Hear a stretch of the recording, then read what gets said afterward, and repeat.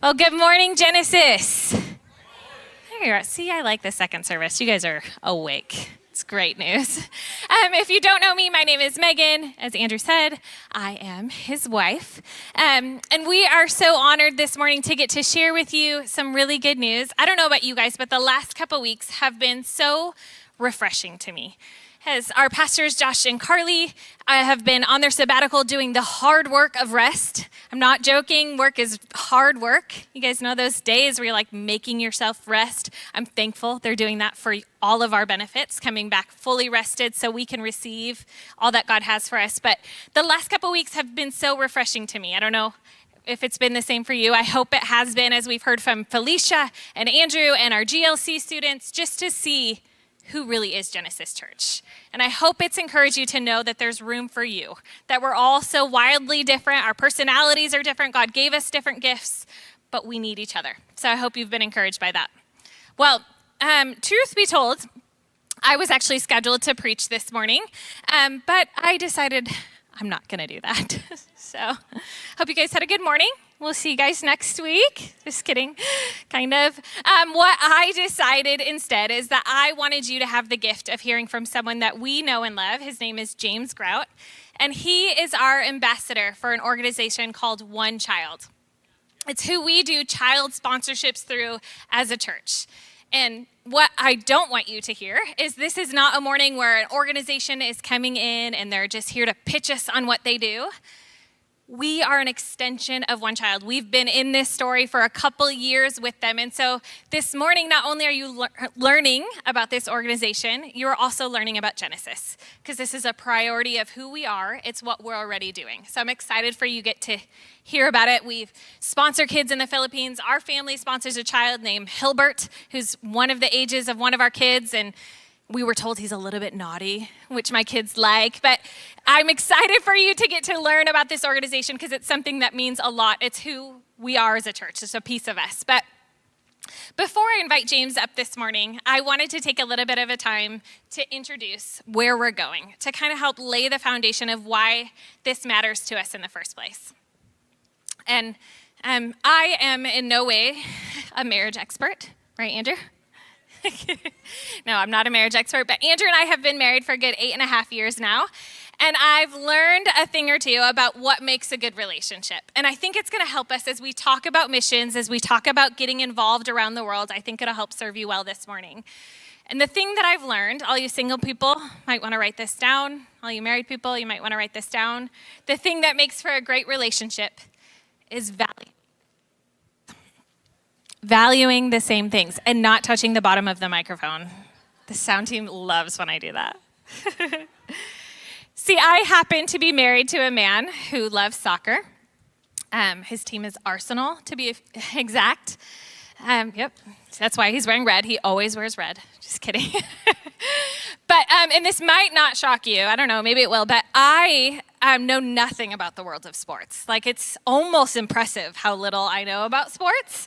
But I have learned that the best way for our family to experience joy and rest is for soccer to become all of our things. Like, I'm not an expert, but like I'll get up in the morning early. I'm there for the coffee. Our boys know that Arsenal is our team. We don't cheer for another team. You don't get a pick. It's who we are. We're the Arsenal team. Our boys have Arsenal jerseys. His thing has become my thing. And it's just more fun to be involved. So hear me out. This morning's message isn't just for those of you who happen to already be missions minded. Although we're so glad you're here. You're at a great church for that. We've got things coming that we are so excited for you to hear about. This isn't just a message for those of you who care about the world or justice issues. This morning's message is for the people of God. For those of you who love Jesus. Or maybe for those of you who don't, maybe this will help you to have a clearer picture of what his priorities are. Because we care about what he cares about. So there's this verse that I think a lot of you are familiar with. It's in Nehemiah 8, verse 10, and it says, "The joy of the Lord is our strength." So today, our focus is on finding what brings God joy so that we can pursue it. Because I think in that space, you will find strength. So I care about what he cares about because I care about him, and we have common interests. And it'll strengthen you. So I want you to finish this non-biblical statement for me. If mama ain't happy, see, everybody knows that. Now listen, God's not a moody mom. You know that, right? There's nothing worse than a moody mom. You guys can all, your skin's crawling just thinking about it, right? But there's something to be said about pursuing what he loves, and it also benefiting us. We seek first the kingdom, and then all these things are added. So this morning, as we listen to James, there's two things that I'm hoping you walk away with or help you to listen to what he's saying. The first is that there's an abundance of blessings as we pursue missions. And I think this is important to say because I've sat in enough missions talks where people hear missions and they're like, oh God, please don't send me to Africa. But then also like, don't say that out loud because then that's for sure what God's gonna do. Like he'll send you to Africa. But let me tell you, there's no greater joy in joining God in his purposes. Sacrifices, absolutely, but the reward outweighs any sacrifices. As we pursue joy, we find strength. As we seek first the kingdom, all these things are added. A full life starts by pursuing his purposes. That's the priority of our life. That's our priority this morning, is knowing his purposes. The second thing I hope you walk away knowing for sure is that you have a role to play. Absolutely you. What some of you might not know is that before Andrew and I were pastors, a while ago, we were missionaries. Actually, before Andrew and I knew each other, we were missionaries. I was kind of like a toddler when Andrew was a missionary. Just kidding. He's not actually that old, but there is a little age gap there. But it's one of the things that drew us to Genesis in the first place, is because they care about missions and we're involved in missions. And it's also one of the reasons that Andrew and I were brought on staff, is because we want that to be a more obvious priority and we want that to be a priority in your life. So you're gonna start hearing more of that because we believe that it's important for your life. It'll strengthen your relationship with the Lord. But I also want you to know that missions was never gonna be my story, according to me. When I graduated high school, I thought I was going to do something super creative and cool, and like that's the opposite of missions is what I thought. But last minute, my plans fell through, and so I thought, you know what, forget it. I'm going to go overseas for 6 months. I'm going to figure out what I'm going to do with my life. I'm going to learn how to hear God's voice, and then I'll move on from there, and because that wouldn't be a waste of time. And so I went and did missions, and I was shocked to learn that God wasn't looking for the most skilled people. Although he wants to use what you have, he wasn't looking for the most spiritual people. He was looking for the most available people. And so sometimes we'd go to people's houses, and you know how we would share the gospel? Is we'd press play on a DVD player. Like, not a lot of skill in that. See? You guys impressed? You're not impressed. It's not a lot of skill. Or sometimes we'd pray for people, and honestly, I'd be like, I don't know what these people need, and I feel silly praying these prayers, but I'd pray for them, and someone would get healed. God is looking for available people. And so this morning, we're going to give you an opportunity to be involved, to be available, because we believe that for you, missions is a priority, because God is a priority. You love the Lord, and so you love what he loves. His joy is your strength. So you ready? Ready? Okay, well, please help me. Stand up on your feet. Ready? Stand up on your feet. There we go. I thought this is the awake service. All you online people, you can sit down. All you in the room, stand up on your feet. Please help me welcome James Grout.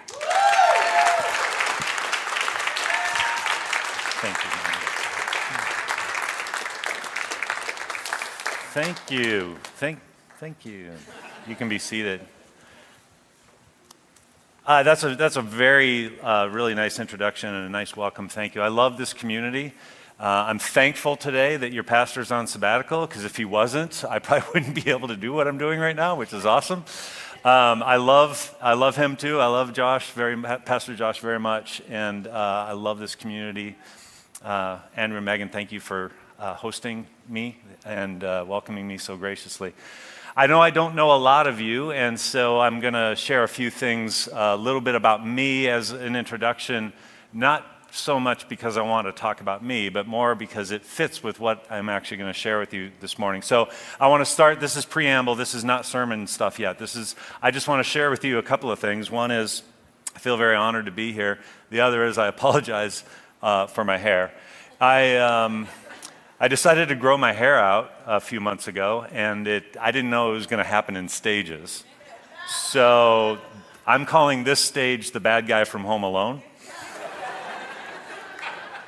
And now, from this point forward, you will never be able to see me other than that. But I wanted to tell you a little bit about something that happened to me when I was younger. So I grew up in Western Canada. Calgary is my home. And when I was 18 years old, my pastor, my youth pastor, invited me to teach a Bible study to the high school group. So I just graduated high school, and he wanted me to teach a Bible study to the high school group, so basically my peers. And I was so honored that he asked me. I said yes without thinking about it. And then after I left his office, I was driving home, and I was thinking to myself, what did I just do? I haven't even read my Bible in 3 years probably. And I just agreed to teach the Bible for 4 weeks to teenagers who can sniff out a fake like nobody else. And I was just like, what is wrong with me? Why would I do that? And so there was all kinds of terror and preparation that I did to get ready for that. But in the middle of that first message, the first time I was teaching that group of high school students, and by the way, it was horrible. I kept the notes and I can go back and show you. It wasn't exactly heresy, but it was close. It wasn't great teaching. But right in the middle of it, God spoke to me. I heard the Spirit say, I made you this way for a reason. And I went to my youth pastor later and I said, I think God's talking to me. And he said, that's great. What's God saying? I said, I think he wants me to teach the Bible to teenagers. And my youth pastor said, that's awesome. You should do that. And I was like, yeah, whatever. Can you make a living doing that? Is that a job? How am I going to live if that's what God wants me to do? He goes, well, James, that's what I do as a youth pastor. I was like, oh, yeah. And I was like, wait, you get paid? He's like, yeah. I have an office. I have a retirement fund, everything. It's a real job. So that initial calling to teach the Bible to teenagers turned into this calling to go into youth ministry. So I did. I went and got educated in the Bible, which you need to do if you're going to teach the Bible to teenagers. And then I became a youth pastor. And I was a youth pastor in the suburbs of Chicago for 20 years, a church in Wheaton, Illinois, for 20 years. As a youth pastor, loved it. I loved almost everything about youth ministry.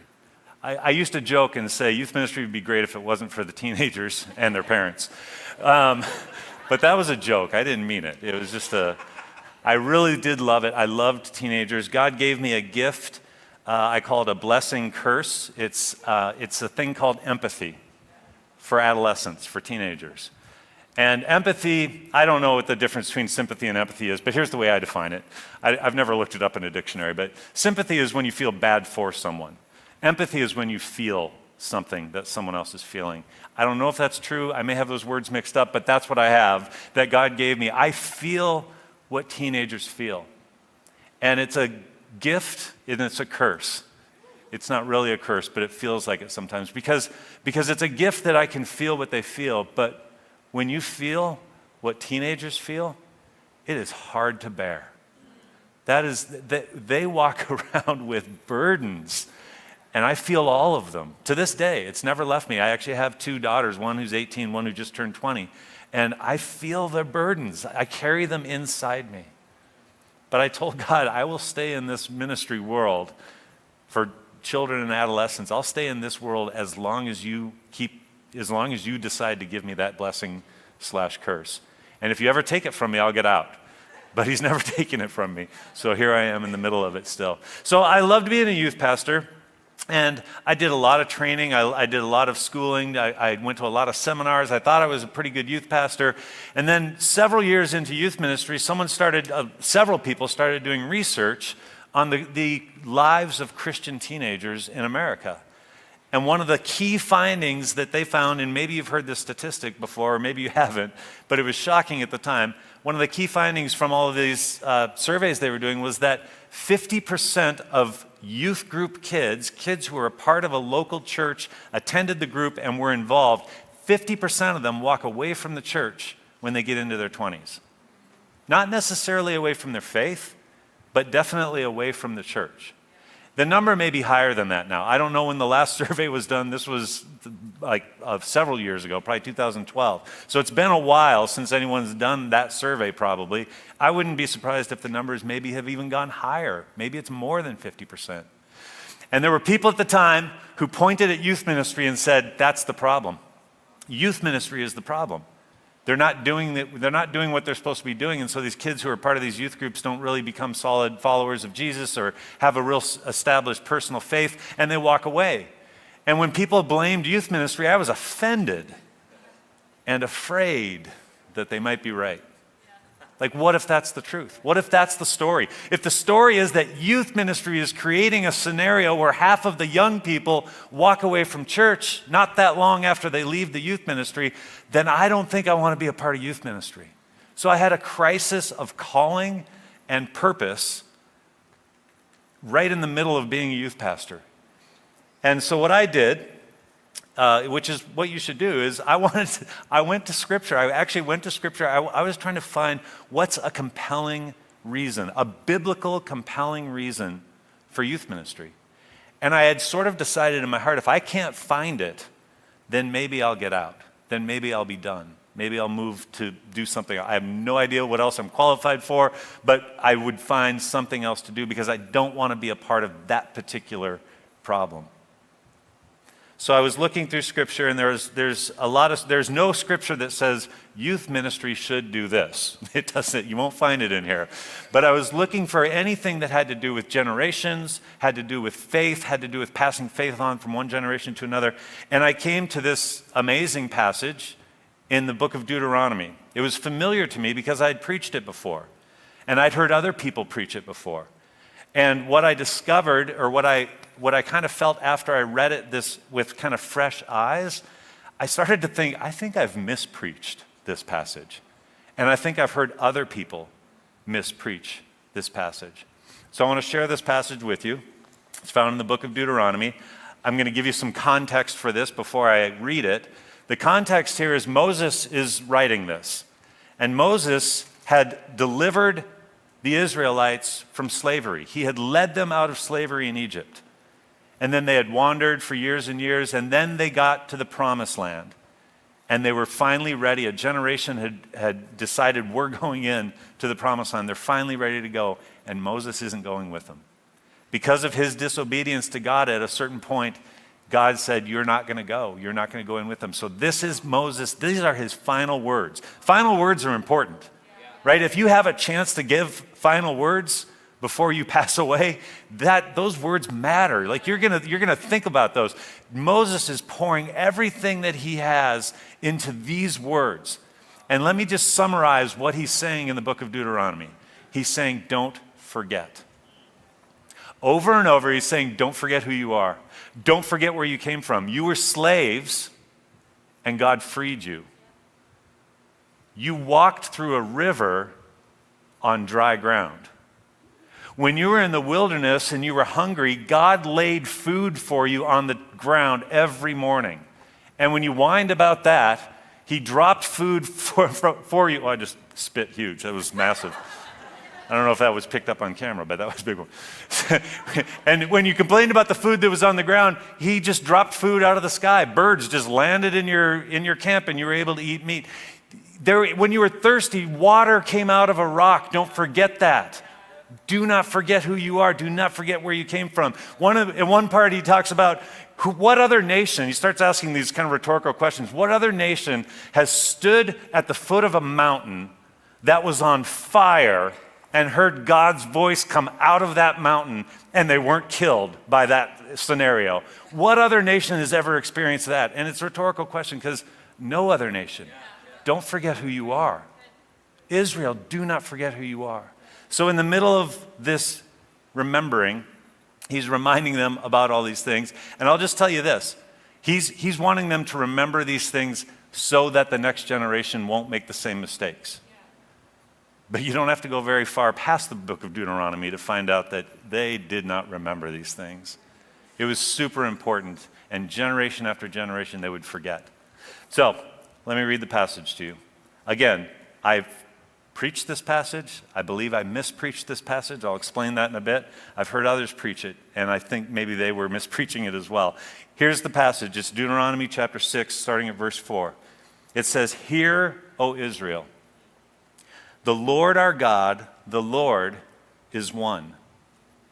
Love the Lord your God with all your heart, with all your soul, and with all your strength. These commandments," Moses speaking, "these commandments that I give you today are to be on your hearts. Impress them on your children. Talk about them when you are at home and when you walk along the road and when you lie down and when you get up. Tie them as symbols on your hands and bind them on your foreheads. Write them on the door frames of your houses and on your gates." Do you get the feeling Moses wanted them to remember? That's ridiculous. He's telling them, like, these things I'm saying to you, here's what I want you to do. I want you to wear them on your wrist. I want you to wear them on your head. I want you to put them on the door frames of your houses. If you have any friends who are devout Jewish people and you go to their house, you might see on the door frame of their house, you might see a little box. And in that little box, if you were to reach in there, it could be made out of metal or wood or whatever, but if it opens up, you were to reach in there, you know what you'd find? You'd find paper. And do you know what you would find written on that paper? Deuteronomy Chapter 6, verse 4. "Hear, O Israel." It's called the Shema. That's the actual first word of this passage. The word in Hebrew is Shema, for hear. Jesus was critical of religious leaders, and I think for a long time I didn't even know what he was being critical of. But he told the religious leaders, he scolded them because their phylacteries were wide. And I was like, I don't know what a phylactery is, and I'm not sure why having a wide one is bad, but I now know what it is. A phylactery is the thing that people wear on their head with a little, sometimes like a little leather pouch or something in it, and if you open that pouch, inside there you would find this, the Shema. It's written in there. They literally wear it on their heads. And the reason Jesus was scolding them for having wide phylacteries is it was because they were trying to impress other people with how spiritual they were from a distance. Like, you're going to be able to see how much I value the things that Moses gave us as commandments. You're going to be able to see it from blocks away. That's what he was scolding them for, their pride. He wasn't scolding them because they had bad fashion, which maybe they did. Maybe that's bad fashion. I don't know. So that's how serious and literal these things have been taken. Don't forget these things. Make sure you remember these things. And then it says you pass these things on to your children. Well, here's how I've mispreached this passage. And I've heard others do it as well. When they preach this passage, they say, see, parents, this is your job.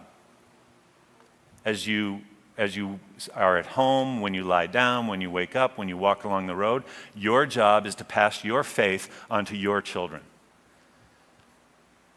That's a practical application of this passage. It's one application of this passage. But when you look at the first words, it doesn't say, hear, O parents. It says, hear, O Israel. This isn't a message to parents. They're included in this message, but this is a message to the people. This is a message to everyone.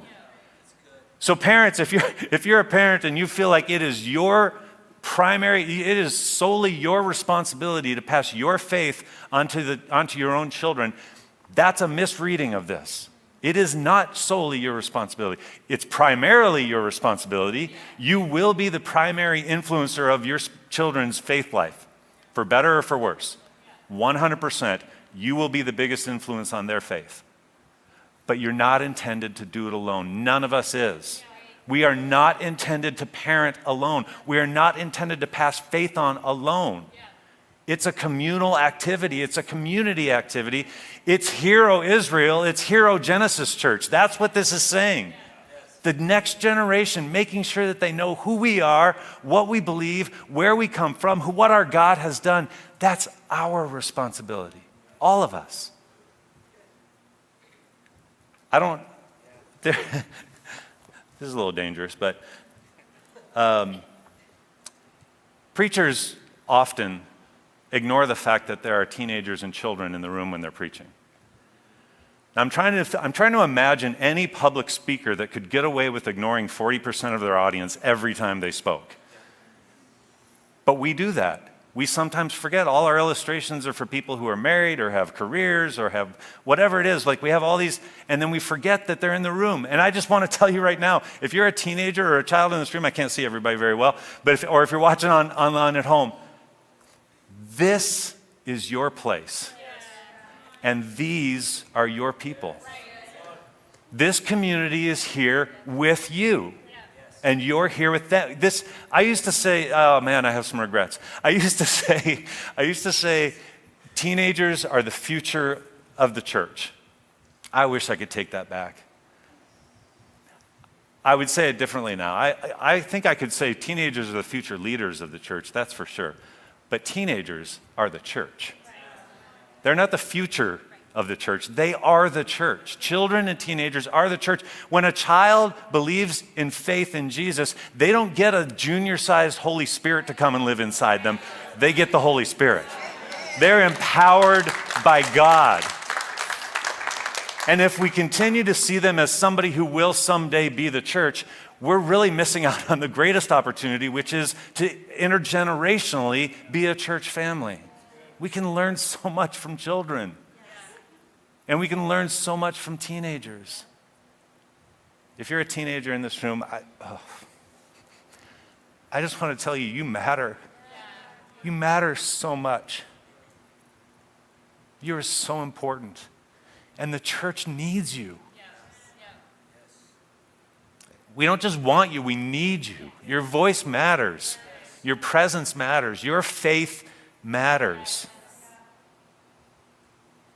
This is your community. These are your people. Oh, that caught me off guard. I don't know, I might get in trouble for this one too, but I don't know how many of you have ever thought about what horrible parents Jesus had. You ever spent any time thinking about that? I have evidence. It's in the Bible. If you want to hear it, I can share it with you. All right, here we go. Luke chapter 2. This is in the Bible. It says, every year Jesus' parents went to Jerusalem for the festival of Passover. That's when they remember who you were. One of the things that you remember is that the angel of death did not kill the oldest son in your house because you painted blood on the doorframes of your house before we left Egypt. So don't forget that, all right? So that's what the Passover festival is to do. It's to remember, just like Moses wanted them to do. So here it is. Hundreds of years later, they're going to the festival of Passover in Jerusalem, a very large city, the largest one that they knew of. When he was 12 years old, they went up to the festival according to the custom. After the festival was over, while his parents were returning home, they were already returning home, the boy Jesus, 12-year-old Jesus, stayed behind in Jerusalem, but they were not aware of it.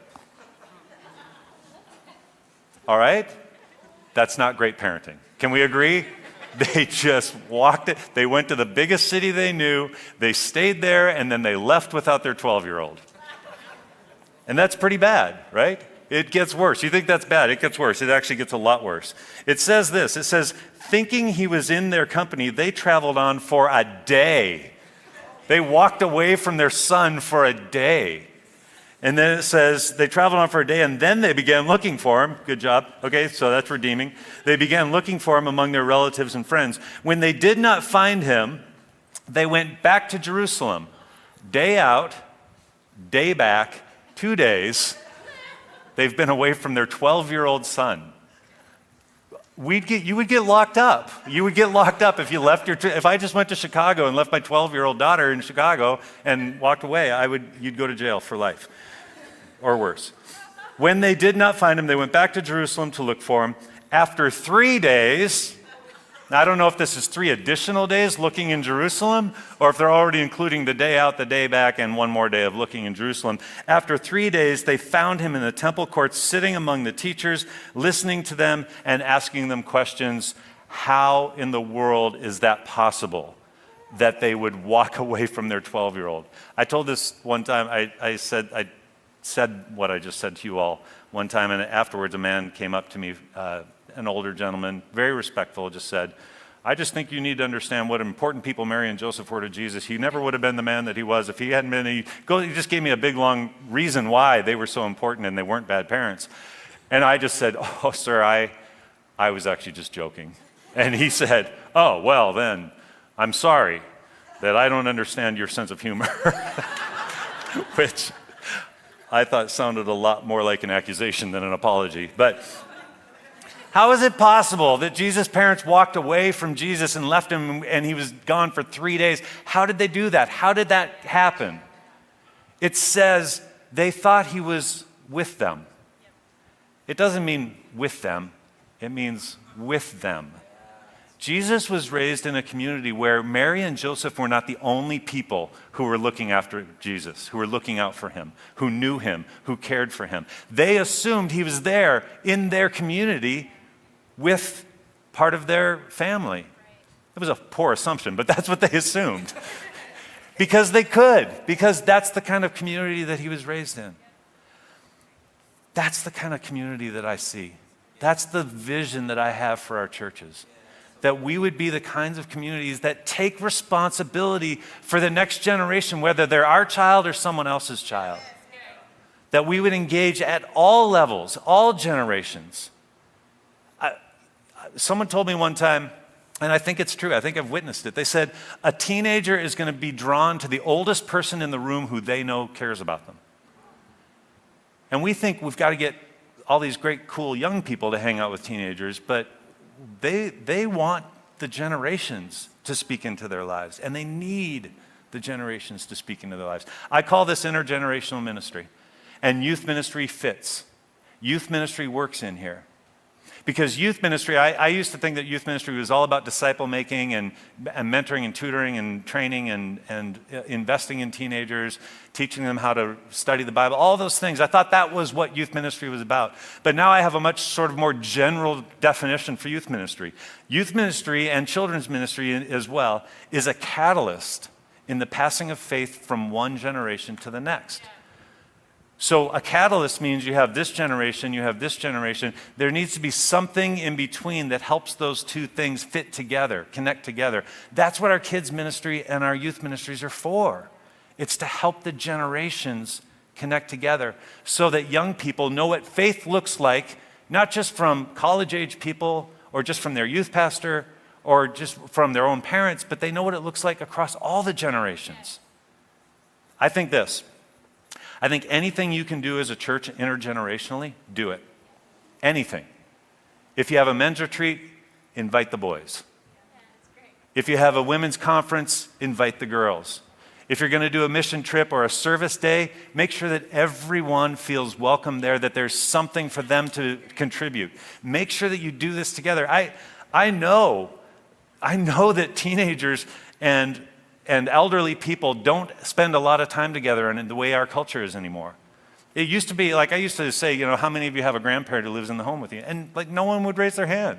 One kid raised his hand, and he was Filipino. And it was like, well, yeah, of course, that's a generational thing. That's a cultural thing with them.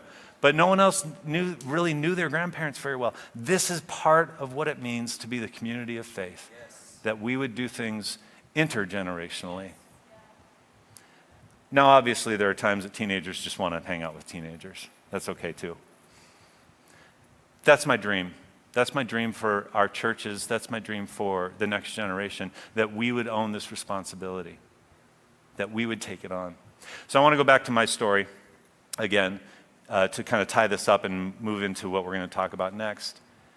I did the youth ministry for all those years, loved it. Felt like I had a calling at that time, towards the end of my youth ministry career, a calling to actually help other people see this intergenerational model for ministry. And so I began to teach and do facilitating that for other churches. But then when that youth ministry era was coming to an end for me, I was like, I don't know what else to do. Like I know what I'm gifted to do and I know what I'm trained to do. I don't know what jobs fit those categories. And then I found this organization called One Child. And when I first talked to them, I thought I knew what child sponsorship was. I thought I had a pretty good understanding. I had sponsored children for years. I thought I knew what it was. But when I started talking to them, and what they were talking about was, they were talking about empowering churches to be in community together, here and around the world, and trying to connect those churches.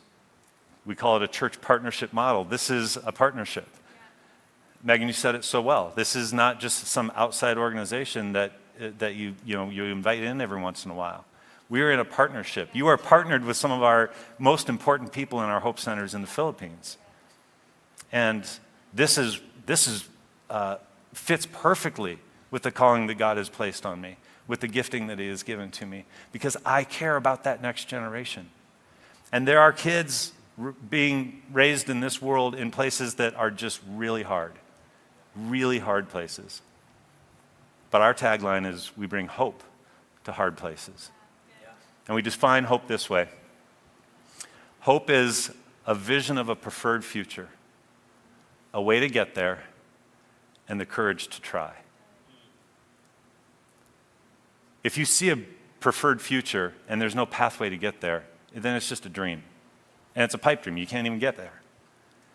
If you have a pathway to get there, which would be like a development program like we run for the children, if there's a way that they can get from where they are to a better future, if they can get on that pathway, then they need that.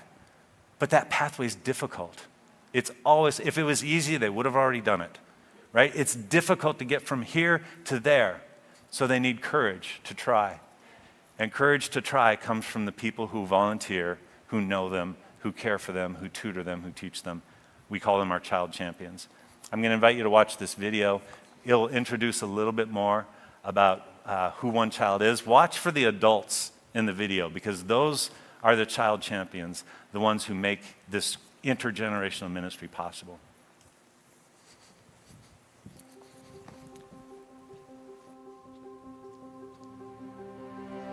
Wakati mwingine kukata tamaa kuna mshindo mkubwa. Kuna upweke. Es difícil ver un camino a seguir.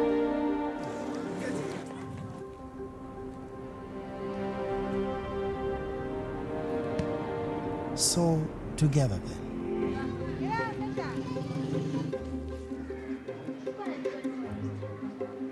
Sa desierto, Bosques, kwenye milima. And cities. Juntos, entonces habrá un mañana. Together through the tears. to laughter. Magkasama sa matutong mangarap. Wana kesho.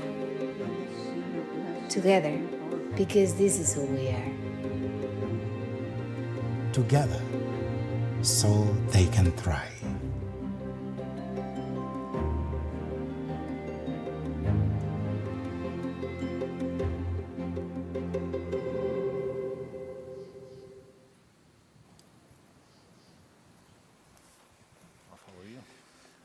Wonderful, wonderful. Great. Well, thanks, guys. We're gonna do a quick little interview with James too here for a minute. I wanted to say thank you to you for that message. It's such an encouraging word, and one thing I love about you is the longer I've gotten to know you, the more I see your deep heart, and we got to see it come through a little bit there. You guys did with the tears, and I love that too, because I like seeing the soft underbelly of people I love and care about. And I like showing that's a little bit who I am too. You know, I want people to know what matters to me, and so thank you, because I think seeing that is important for us, knowing that what you do and who you are as our ambassador and as our representative aligns with who we are and what we care about.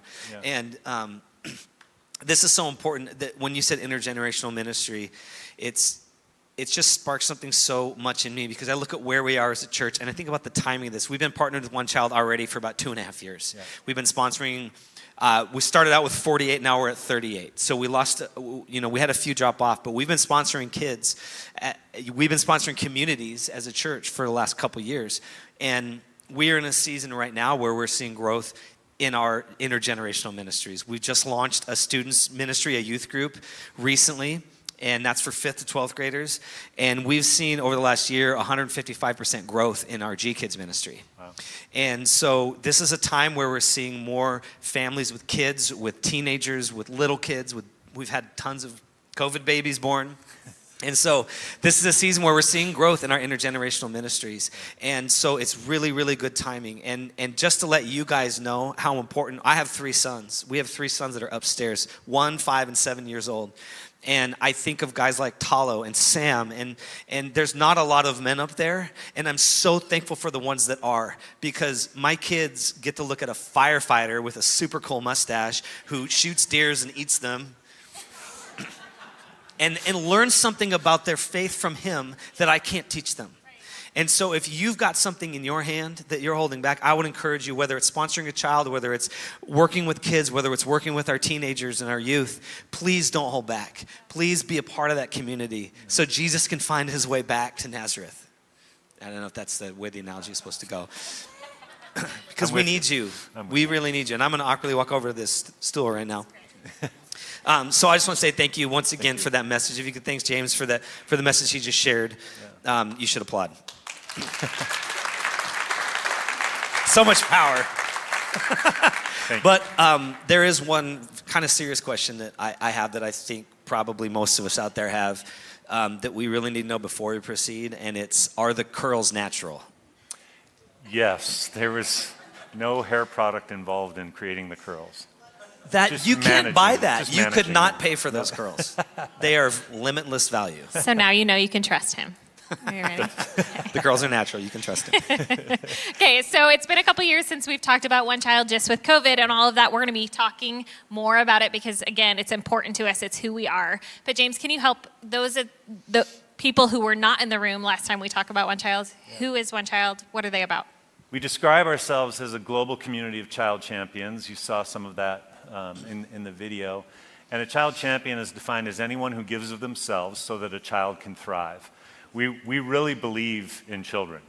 In a lot of the places where we work, children are the problem.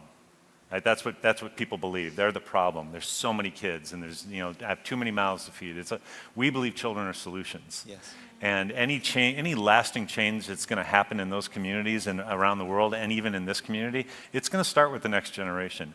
So we're a global community of child champions, making sure that children have an opportunity to thrive. So you saw them in the video: teachers, mentors, tutors, nurses, coaches, pastors. All of those people are child champions for those children around the world that we work with. But child champions exist here as well. This room's full of them.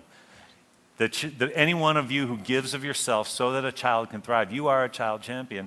And part of that is what we do when we invite people to sponsor a child. You step into a role for that child to help make sure that they thrive. Yeah, that's so great. Okay, so if we're wanting to get involved and sponsor, what does it cost, and what does it do? What does it do for that child? Yeah, $39 a month is what it costs to sponsor a child. And they get help with things like nutrition, they get help with education, they get help with, sometimes they need like a school uniform. Some places you're not even allowed to go to school unless you have a uniform, so we make sure that they have that. They have help with medical needs. We want to make sure that their immunizations are all up to date, want to make sure that there's clean water in that community. All of those things are a part of it. A safe place for a child to be a child. Which, if you've ever been to the slums, you know that they're dangerous. It's not like kids don't just go out and play in the street. I mean, they do, but it doesn't mean it's safe out there. It's not. There's so many things that could have a negative impact in their lives. So we want to create a haven for them, a place where they can go. And a child deserves to be a child. Yeah. Children grow up so fast when they live in extreme poverty. So many of them are working by the time they're walking. And we want those children to have the ability to just be children and enjoy their childhood. And then we also, everywhere we work around the world, we partner with gospel-believing, gospel-teaching churches. So all of the children who come to our programs, regardless of their religious background or if they have no religious background, doesn't matter. They have a chance to hear about the God who created them, who loves them, who put his very imprint on their lives so that one day they would have this desire to know him and seek him. And they get to hear about the great gift that Jesus is to this world and for each one of them. So all of that it comes through the programs that are powered by sponsorship. I know we're so thankful for the impact it has had on our family. Yeah. Sponsoring, like I said, little Hilbert is one of our boys' ages, and Abel, our middle child, will pray almost every night for Hilbert. And his prayer lately is he'll pray that Hilbert can come to our house. Yeah. So he doesn't quite understand what this is all about. And today up in G Kids, if you don't know, if you've got kids up there, they're watching a video about what the Hope Center looks like, because again, we want this to be something we all carry together. But James, I don't know if you could tell us more of how this impacts us. Obviously, we're not doing this for us, but it does impact us. I know when I hear things about the Philippines, I'm like, that's Hilbert's home. That's not just a place. It personalizes it. But how else does it impact those who get involved? Yeah, I think actually you said it really well before you introduced me this morning. This is God's heart. And if you want to align your heart with God's heart, your will with God's will, then learn what he cares about. Yeah. And when you figure out what he cares about, care about those things too. And that's a big part of this for me. I don't tell this very much, but when I first started working at One Child, I thought I probably shouldn't tell them that I don't really like children that much, right? I'm a youth guy, right? I like the teenagers, but the kids, whatever. So I never really told them that because I wanted the job. But when I discovered what it means to be invested in a child for years and years, that does so much for me. Yeah. Like it's not for me, I'm not doing it for me, but there's so much growth and joy and happiness and fulfillment that happens in me because of the connection that I have to the girl I sponsor. Her name is Princess. She also lives in the Philippines. And I was like, well, who wouldn't want a princess in their family? Like, right, right. So, but when I got to go and meet her, now I know where she lives. I know like the little path that she walks down. I know the school that she goes to. I know her parents. I met her older brother and her younger sister. It's like it changes everything. Yeah. Now I pray differently for her. I think differently about her. It's made a huge impact, and she's had a big impact on my life because like you said, I'm always. I have ears now to hear when things are happening in the Philippines because I know that's where she is. Yeah, yeah. So what does it look like then for us as Genesis Church to have a partnership with One Child? Because we already have. Yeah. And some people out there know that, but this is new to some of our family. Yeah, if you've never done this is how sponsorship begins. This is how the relationship begins, through sponsoring a child. This little girl's name is Trixie. She's 6 years. We have the same birthday. She's a 6-year, she's 4/23, 2015. So if you sponsor her, you can get her a birthday gift and me as well at the same time. Yeah, so there's going to be a mad rush at the stage for people to get Trixie because they want to buy you a birthday gift. Everybody back off. So she's 6 years old. She lives in the Philippines. She lives in the Manila area. And everything in here just tells you a little bit about her and what her life is like. This is the kind of the important step, is filling out this card. This is the way we actually get you into that partnership. There's only one child per person. We don't use the same child to get 3 or 4 different sponsors. So you would be this child's only sponsor. And by filling out this card, tear that card out, leave it with us. Don't take this white card with you. If you just grab this whole thing and take it home and I'm going to pray on this, and then it never gets filled out, we lose track of that child, and that's so contrary to what we're trying to do. Yeah. We really want to keep track of the children as much as possible. So that's how you do that. Leave that card with us, and then you can take this profile with you, and then you'll get something in the mail that'll tell you how to write letters to him or her, how to pray for them, and then we're going to start talking about, there's different projects that will be going on in those communities that we might, as a church, you might be able to support. And then we're going to talk about your first trip to the Philippines so that you can actually meet these children that you're sponsoring. Yeah, and that was my follow-up question. Obviously things have kind of hindered and halted certain things. We wanted to take a trip in the past, and so we don't have a date set. We're hoping in 2023, and we'll get a date nailed down, that we can take a team and we'll all get to meet our kids. Yeah. So in addition to sponsoring and helping the community, we'll get to meet them and meet their families and spend some time with them. So keep that in mind. That's something that we have plans to get in the calendar in the next year. Yeah. And I want you to tell that story again about the Hope Center. So we have 2 Hope Centers in Manila that we help sponsor kids in those neighborhoods. Right. And can you tell the one about the marriages? Yeah. So there's as I said, our Hope Centers are connected to churches.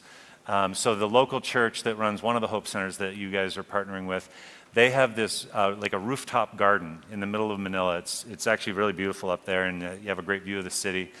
And you know, I was kind of thinking like, well, like, what do they do up here? Like, what's this garden for? It's really nice. It's really beautiful. And they said, this is where we do weddings. And then they explained what they meant by weddings. And in that particular community, a lot of the children don't have a last name because their parents aren't married, and they don't know which name to take. So the children are just known by their first name, maybe their first and second name, but they don't have a last name. They don't have a surname, which they actually have to be a part of our program. They have to be officially a registered child with a birth certificate and a name and all that stuff. So this church has started doing free weddings for couples in that community so that their children can have an identity connected to a family name.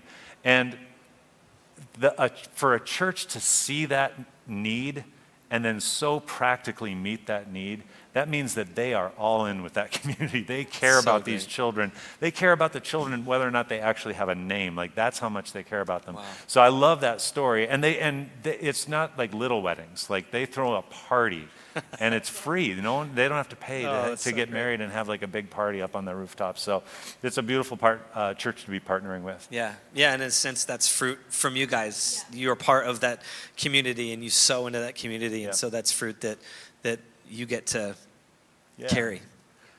I think we have about 18 profiles left or something like that here, paper profiles in person out there. So if you want to sponsor one of those children, you can. If you're watching online, I think there's a link that you can click on that will take you to a page where you can sponsor children from the same Hope Centers that you're already partnered with. I'm so thankful that it's something that we all get to have in common and keep building together. Like, we got here this morning and I led the boys up to the kids' profiles. I'm like, look, these are Hilbert's friends. Like, and we get to go and learn more about the community, and maybe some people here who I've never met or we haven't had a chance to do things together. I'm excited to get to go and experience and have these things in common and know these stories, that we're not just coming in as rescuers. I think we could come in there and learn a lot from these people, and they would impact our life just as much as James is talking about intergenerational, that this is going to have an impact in our lives and knowing these people. And so I'm excited to keep building this with you guys. Yeah. So. Well, James, we want to thank you. Thank you. Thank James for being here and for taking some time. He's going to head out to the lobby, and